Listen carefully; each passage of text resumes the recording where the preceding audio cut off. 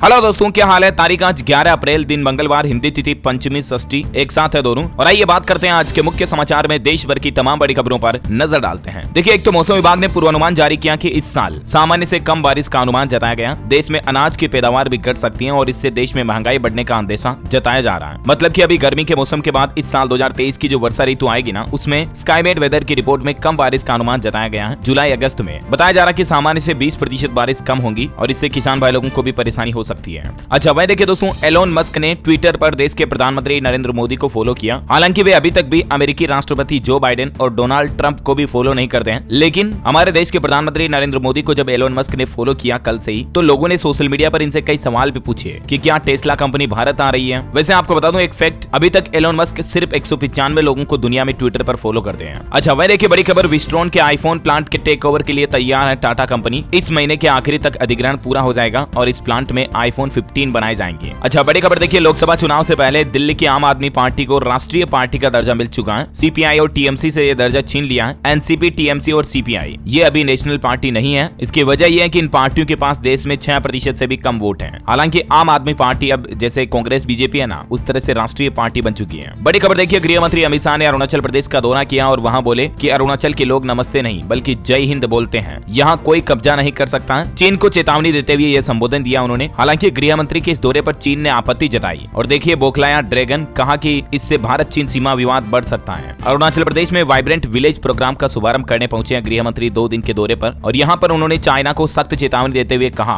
कि सुई की नोक के बराबर जमीन भी कोई भारत से कब्जा नहीं कर सकता। वह देखिए बड़ी खबर, सुप्रीम कोर्ट ने आदेश दिया कि स्कूली लड़कियों को फ्री में पेड दे सरकार। मेंस्ट्रुअल हाइजीन के लिए 4 सप्ताह में यूनिफॉर्म पॉलिसी तैयार करें। जी हां, हमारे देश की लड़कियों के स्वास्थ्य को ध्यान में रखते हुए सुप्रीम कोर्ट ने केंद्र सरकार को यह निर्देश दिया कि देश भर में सभी सरकारी और प्राइवेट स्कूलों में 6ठी से 12वीं क्लास तक की लड़कियों को सैनिटरी पैड मुफ्त में दिए जाए, है ना। और वह देखिए बड़ी खबर, देश के परिवहन मंत्री नितिन गडकरी बोले कि अब हमारा कश्मीर स्विट्जरलैंड से भी अच्छा बनने जा रहा है। उन्होंने कहा कि यहाँ के सड़क इंफ्रास्ट्रक्चर को अमेरिका जैसा बनाएंगे। जोजिला टनल का दौरा भी किया उन्होंने, कुछ तस्वीरें आप देख सकते हैं। अच्छा, खबर है कि भारत और अमेरिकी की वायुसेना का युद्धाभ्यास शुरू हो चुका है। कलाईकुंडा और आगरा एयरबेस पर कोप इंडिया 23 के वॉर गेम्स का आयोजन हो रहा है। इसमें जापान भी शामिल होगा। अच्छा, आपको पता होगा दोस्तों, आजकल हमारे देश में हार्ट अटैक के मामले काफी ज्यादा बढ़ रहे हैं। कई ऐसी खबरें देखने को मिलती है, शादी में डांस करते करते हार्ट अटैक आ गया। कई लोगों को यूं ही पैदल चलते चलते जिम में वर्कआउट करते करते हार्ट अटैक के मामले देश में काफी ज्यादा बढ़ रहे हैं, राइट। तो हंसते खेलते युवाओं के हार्ट फेल क्यों हो रहे हैं, मौतों की संख्या क्यों बढ़ रही है, इस पर अब भारतीय वैज्ञानिक स्टडी करेंगे। पहली बार एक्सपर्ट टीम हार्ट अटैक के कारणों की जांच करेंगी। देश के केंद्रीय स्वास्थ्य मंत्रालय की तरफ से स्वास्थ्य मंत्री मनसुख मांडविया ने यह आदेश जारी किया और Indian council of medical research यानी कि आईसीएमआर को मेयोकार्डियल इंफ्रैक्शन यानी हार्ट अटैक के बढ़ते मामलों पर स्टडी करने के लिए कहा गया है। अच्छा, बड़ी खबर देखिए, सोशल मीडिया के नीम हकीमों पर अब सरकार कसेगी नकल। अब बिना योग्यता के नहीं बता पाएंगे बड़ी बड़ी बीमारियों की दवा। दरअसल आपको पता होगा, सोशल मीडिया पर कई लोग हेल्थ टिप्स देते हैं, घरेलू नुस्खे बताते हैं। तो उन्हीं लोगों को आदेश जारी करते हुए सरकार ने कहा कि ऐसे जो सोशल मीडिया पर डिजिटल नीम हकीम है ना, वो अब उनके पास अगर डिग्री नहीं है, योग्यता नहीं है, तो वो बड़ी बड़ी बीमारियों की दवा नहीं बता पाएंगे। YouTube, Twitter, Instagram, social media, Facebook वगैरह सभी पर, है ना, ये नए नियम लागू कर दिए गए हैं। अच्छा, इंडियन रेलवे पर भी देखिए कोर्ट ने एक बड़ा फैसला सुनाया कंज्यूमर कोर्ट की तरफ से। अगर ट्रेन में आपका सामान चोरी हो जाएगा ना, तो रेलवे इसके लिए जिम्मेदार होगा और आपके सामान की भरपाई भी रेलवे को करनी पड़ेगी। एक ऐसे ही मामले की सुनवाई करते हुए Chandigarh state consumer commission court की तरफ से ट्रेन यात्रियों के हक में यह अहम फैसला सुनाया गया। बड़ी खबर है, बैंकिंग आईटी सर्विसेज की आउटसोर्सिंग पर भारतीय रिजर्व बैंक आरबीआई के नए नॉर्म्स जारी हुए हैं। 1 अक्टूबर से ही कुछ नए नियम लागू होंगे। दरअसल नॉन बैंकिंग फाइनेंसिंग कंपनीज और अन्य रेगुलेटेड फाइनेंसिंग सेक्टर एंटिटीज में इंफॉर्मेशन टेक्नोलॉजी आईटी सर्विसेज को लेकर आरबीआई की तरफ से ये नए दिशा निर्देश जारी किए गए हैं। और इन नियमों में आरबीआई ने इन कंपनीज को क्या आदेश जारी किए, जिसकी जानकारी भी आप स्क्रीन पर देख सकते हैं। 1 अक्टूबर से ही ये नए नियम लागू हो जाएंगे, है ना। अच्छा, वहीं स्टॉक मार्केट से जुड़े लोगों के लिए भी एक बड़ी चेतावनी निकल कर आ रही है। एनएसई यानी कि नेशनल स्टॉक एक्सचेंज की तरफ से देश के निवेशकों को चेतावनी दी गई, अलर्ट किया गया डब्बा ट्रेडिंग के खिलाफ। दरअसल एनएसई का कहना है कि गारंटीड रिटर्न का चक्कर आपको भारी पड़ सकता है। जो लोग स्टॉक मार्केट वगैरह में निवेश करते हैं ना, तो उनको आगाह किया इस तरह के मामले को लेकर। जानकारी ज्यादा आप देख सकते हैं। अगर कोई कंपनीज, कोई स्टॉक ब्रोकर आपको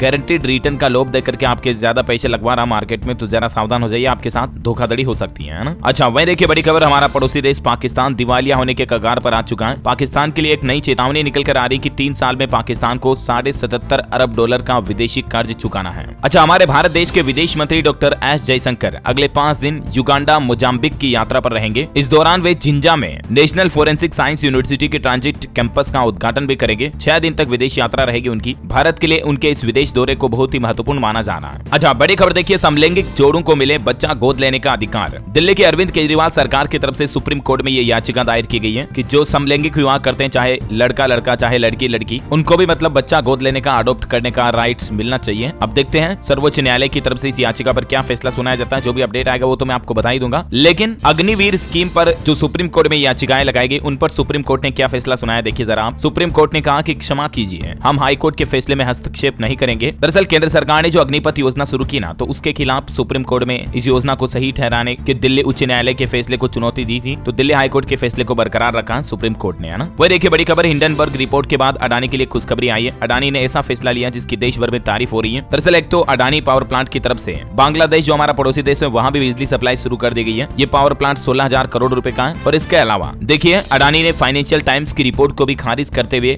ग्रुप में आए विदेशी निवेश का कंप्लीट हिसाब किताब भी दे दिया। तो इस वजह से निवेशकों का भरोसा बढ़ा अडानी ग्रुप पर। अच्छा, बड़ी खबर देखिए, झारखंड राज्य के जमशेदपुर में काफी विवाद चल रहा है। एक झंडे पर विवाद शुरू हुआ, उसके बाद काफी हिंसा भी फैली। इस एरिया में इंटरनेट भी बंद कर दिया गया। दो गुटों में पत्थरबाजी, फायरिंग वगैरह की घटना देखी गई। धारा 144 लागू कर दी है। सुरक्षा बलों ने फ्लैग मार्च भी किया। कुछ तस्वीरें आप देख सकते हैं। जमशेदपुर में झारखंड में धार्मिक झंडे के अपमान को लेकर ये पूरा बवाल मचा। 50 लोगों को इस मामले में गिरफ्तार भी किया गया। बड़ी खबर आ रही है, राजस्थान में होगी 8,000 वरिष्ठ अध्यापकों की भर्ती। राजस्थान के शिक्षा मंत्री बोले कि Mahatma Gandhi English medium school में भी 10,000 टीचर्स की नियुक्ति करेंगे और रिजल्ट आने के 45 दिन के अंदर अंदर शिक्षकों को नियुक्ति मिल जाएगी। जल्दी ये भर्ती निकाली जाएगी। इसका नोटिफिकेशन अपडेट आएगा तो मैं आपको बता दूंगा। वही देखिए बड़ी खबर, पंजाब अमृतसर से पहली गुरु कृपा यात्रा ट्रेन रवाना हुई। देश भर में सिख तीर्थ स्थलों की ये ट्रेन दर्शन करवाएगी। 7 दिन का सफर होगा, 5,000 किलोमीटर की दूरी तय करेगी। वही देखिए बड़ी खबर, आरएसएस के प्रमुख मोहन भागवत बोले कि अगले 30 साल में भारत होगा विश्व गुरु। हमारा दुष्प्रचार हुआ क्योंकि दुनिया में कोई तर्क के आधार पर हमसे बहस नहीं कर सकता है। बड़ी खबर देखिए, तमिलनाडु राज्य सरकार ने ऑनलाइन जुआ खेलने पर पूरी तरह से बैन लगाने वाले बिल को मंजूरी दे दी है। तमिलनाडु में ये नया नियम, नया कानून लागू हो चुका है। अब ऑनलाइन जुआ, ऑनलाइन जो गैम्बलिंग बेटिंग गेम्स होते हैं ना, वो सब बैन किए जाएंगे तमिलनाडु राज्य में। गवर्नर ने मार्च में बिल लौटा दिया था, लेकिन मुख्यमंत्री एम.के. स्टालिन ने देरी पर विरोध किया था। तो आखिरकार ये बिल कुल मिलाकर के विधानसभा से पारित हो चुका है और इस तरह से तमिलनाडु में ये नया कानून बनने जा रहा है। बड़ी खबर है, दिल्ली और कन्याकुमारी के बीच 1312 किलोमीटर तक कम होगी दूरी। अगले साल तक इस बड़े एक्सप्रेसवे का काम पूरा हो जाएगा। परिवहन मंत्री नितिन गडकरी ने कहा कि कश्मीर से कन्याकुमारी तक राजमार्ग होने का सपना अगले साल हिंदुस्तान में पूरा हो जाएगा। वैसे भारत में कई सारे एक्सप्रेसवे भी बनाए जा रहे हैं। कुछ और अपडेट देखिए आप। वाराणसी से कोलकाता जाने में भी अब बस से आपको मात्र 7 घंटे लगेंगे। नए एक्सप्रेसवे के लिए जमीन अधिग्रहण का काम भी शुरू हो चुका है। तो वहीं देखिए बड़ी खबर की, नदी के नीचे 80 किलोमीटर की स्पीड से दौड़ेगी मेट्रो ट्रेन। सुरंग बनकर तैयार हो चुकी है। ट्रायल रन के लिए बस कुछ ही दिन का इंतजार है। देश की पहली मेट्रो कोलकाता में चली थी और अब अंडर वाटर मेट्रो भी पहली बार पश्चिम बंगाल की राजधानी में ही चलने जा रही है। ईस्ट वेस्ट मेट्रो कॉरिडोर परियोजना के लिए इस हिस्से पर जल्दी ट्रायल रन होगा। और देखिए जरा मतलब भारत का, हिंदुस्तान का विकास देखिए। ये ट्रेन कोलकाता में हुगली नदी के नीचे बनाई गई टनल से गुजरेगी। अच्छा, अगली खबर राजस्थान राज्य से आ रही है। सरकार ने आज सरकारी छुट्टी घोषित कर दी है। इसके अलावा राजस्थान यूनिवर्सिटी में एग्जाम भी शुरू होने जा रहे हैं। वैसे आपको बता दूं, राजस्थान के मुख्यमंत्री अशोक गहलोत सरकार ने बड़ी घोषणा करते हुए आज पूरे प्रदेश में छुट्टी की घोषणा कर दी है। क्यों? महात्मा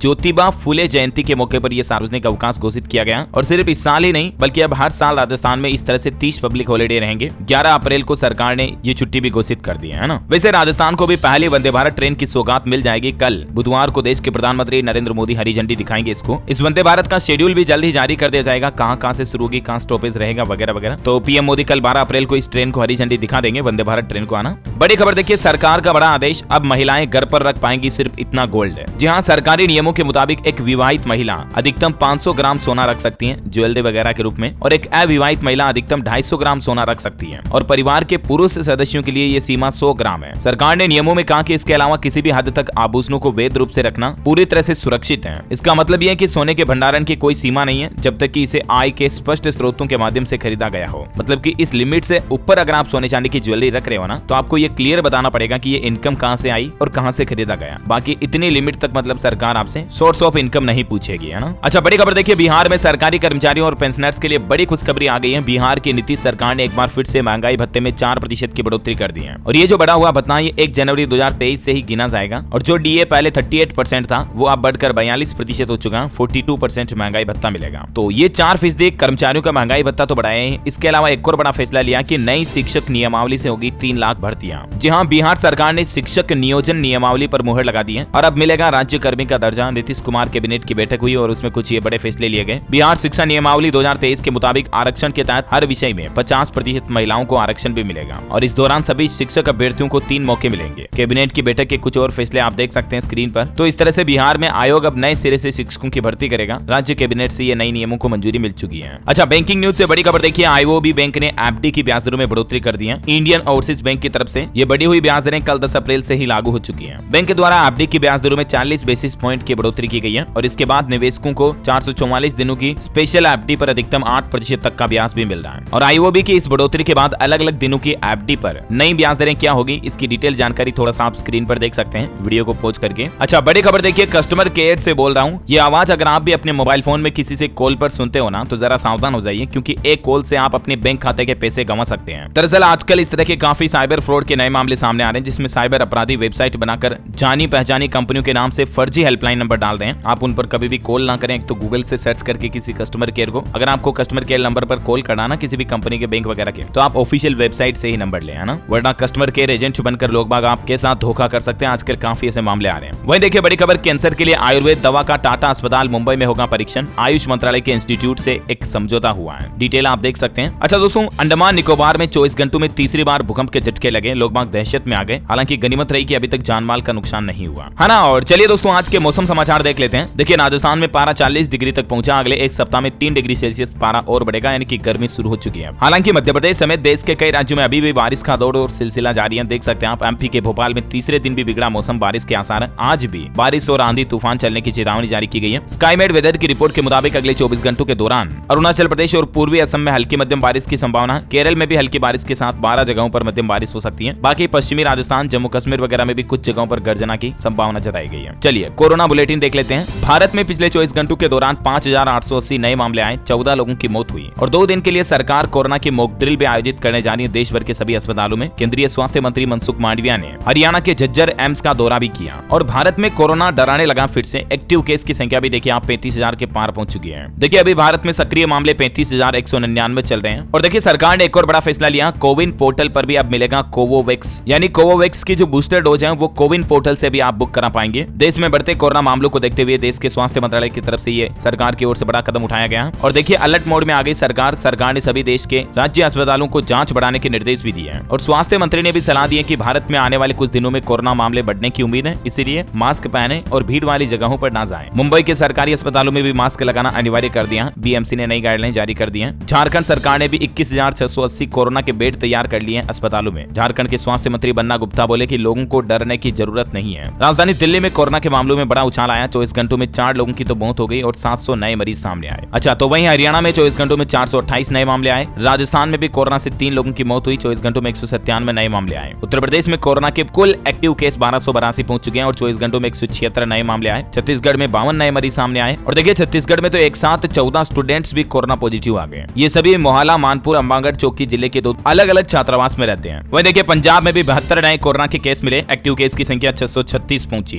है ना। तो ये देश में अलग अलग राज्यों में कोरोना का माहौल चल रहा है। और चलिए कुछ एजुकेशनल अपडेट भी आपको बता दे रहा हूँ। देखिए पंजाब में पीएस टेट परीक्षा 30 अप्रैल को दोबारा होगी। एक ही शिफ्ट में होगा एग्जाम। कैंडिडेट्स को अलग से कोई एग्जाम फीस भी नहीं देनी पड़ेगी। पहले गड़बड़ी के कारण ये परीक्षा रद्द हो गई थी, तो इसकी तारीख आ चुकी है। और यूपी बीएड जेईई पर भी खबर आ रही कि 15 मई तक कर सकेंगे आवेदन। प्रवेश परीक्षा 15 जून को होगी। और चलिए एजुकेशन के बाद कुछ और खबरें देख लेते हैं। खेल समाचार पर खबर है, भारतीय क्रिकेट के घरेलू सीजन 2023-24 के शेड्यूल की घोषणा हो चुकी है। दलीप ट्रॉफी 28 जून से मिलना शुरू होगी। अगले साल 5 जनवरी से होगा रणजी ट्रॉफी का आगाज। अच्छा, आईपीएल का जो कल रात का मैच था ना, रोमांचक हुआ। बेंगलुरु लखनऊ मैच पूरन के बाद बडोनी हिट विकेट हुए। सुपर जॉयंट्स को एक बॉल पर 1 रन की जरूरत रह रही थी। बहुत ही इंटरेस्टिंग मोमेंट था मैच के अंत में और आखिरी ओवर में 1 विकेट से जीत गया लखनऊ। पूरन स्टोइनिस की विस्फोटक पारियों ने बेंगलुरु के हाथ से छीनी जीत। बड़ी खबर है, भारत ने ब्रिटेन से बातचीत टाली। ब्रिटिश मीडिया का दावा है कि खालिस्तानियों पर एक्शन न होने से मोदी सरकार नाराज है। हालांकि नई दिल्ली ने कहा कि ये सब झूठ है। अच्छा, कार का एक नंबर देखिए दोस्तों, 122 करोड़ रुपए में बिका कार का नंबर। ये अब तक का दुनिया का सबसे महंगा नंबर प्लेट का रिकॉर्ड बन गया है। दुबई में ये कार का नंबर बिका। नंबर है केवल P7। इसकी नीलामी लगी 122 करोड़ 60 लाख रुपए में। मतलब देखिए जरा रईसी भी किस हद तक होती है। कार के नंबर के लिए 122 करोड़ रुपए। वाह। अच्छा, बड़ी खबर देखिए, सभी पालतू हाथियों को अब जल्द ही आधार जैसी यूनिक आईडी मिलेगी। करीब 300 हाथियों की डीएनए प्रोफाइलिंग भी की गई है। दिल्ली सहित 7 राज्यों में सफल पायलट प्रोजेक्ट के बाद अब वन एवं पर्यावरण मंत्रालय इस सिस्टम को पूरे देश भर में तेजी से लागू करने की योजना बना रहा है। मतलब जितने भी पालतू हाथी है ना, जैसे हमारे आधार कार्ड में यूनिक नंबर होते हैं ना, वैसे हाथियों को भी एक यूनिक आईडी नंबर अलॉट किए जाएंगे, है ना। अच्छा, राजधानी दिल्ली में पर्यटक कर सकेंगे अपने मनपसंद टूर। जल्द ही दिल्ली में बस सेवाएं शुरू होने जा रही। 300 से 600 रुपए के बीच बुक होगा टिकट। गुड न्यूज है, इस राज्य में चलेगा वर्षा आधारित एग्री प्रोग्राम। किसानों को 40,000 रुपए मिलेंगे। दरअसल बिहार सरकार की तरफ से एक खास स्कीम शुरू की गई है किसान भाई लोगों के लिए। केंद्र सरकार के सहयोग से बिहार सरकार वर्षा आधारित खेती कार्यक्रम संचालित करने जा रही है। और इसमें पहले कुछ जिले शामिल थे, जिसमें 5 और नए जिले शामिल किए गए। अब राज्य के टोटल 17 जिले इस स्कीम में शामिल हो चुके हैं। और कौन कौन से 17 जिलों में यह कार्यक्रम चलाया जाएगा, जिसकी जानकारी भी आप देख सकते हैं। और इस कार्यक्रम के पहली किस्त के रूप में 75 लाख रुपए की राशि भी जारी कर दी है सरकार ने। ये योजना क्या है, इसमें पशुओं को किस तरह से फायदा मिलता है, किसान भाई लोगों को किस तरह से फायदा होता है, इसकी डिटेल जानकारी अगर आप देखना चाहते हैं तो मैं इसका लिंक नीचे डाल दूंगा, आप चेक कर लीजिएगा। बिहार गवर्नमेंट की ये योजना है ना। और वह देखिए अगली बड़ी खबर, हरियाणा में भी सरकार ने किसान भाई लोगों के लिए खराब हुई फसलों के लिए मुआवजा राशि की घोषणा कर दी है। 100% खराब फसल के लिए प्रति एकड़ 15,000 रुपए सहायता राशि दी जाएगी। अच्छा, महाराष्ट्र में कल एक बड़ी दुर्घटना हो गई। देखिए आप, बारिश से टिन शेड पर पेड़ गिर गया, जिसमें 7 धार्मिक श्रद्धालुओं की जान चलेगी। ये सभी एक धार्मिक कार्यक्रम में शामिल थे। तकरीबन 30-40 लोग यहाँ बैठे थे, सभी घायल हो गए, 7 लोगों की जान भी चली गई। महाराष्ट्र के अकोला में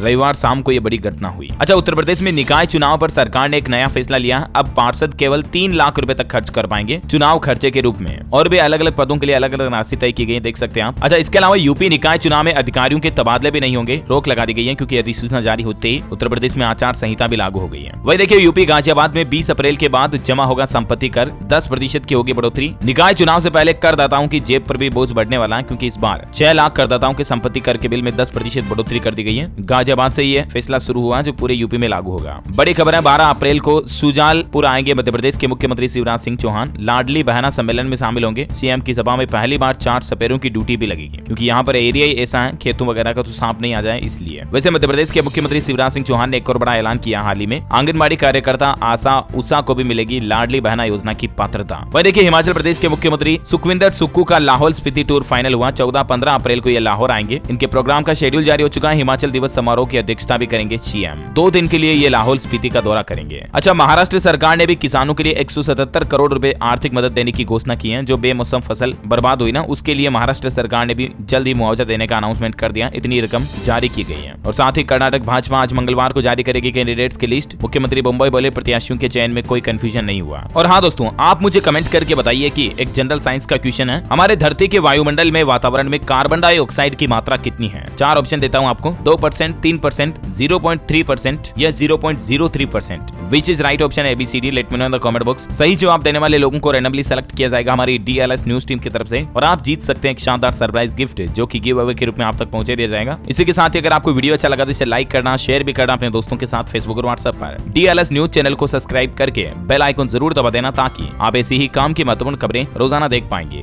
जय हिंद, जय भारत, वंदे मातरम।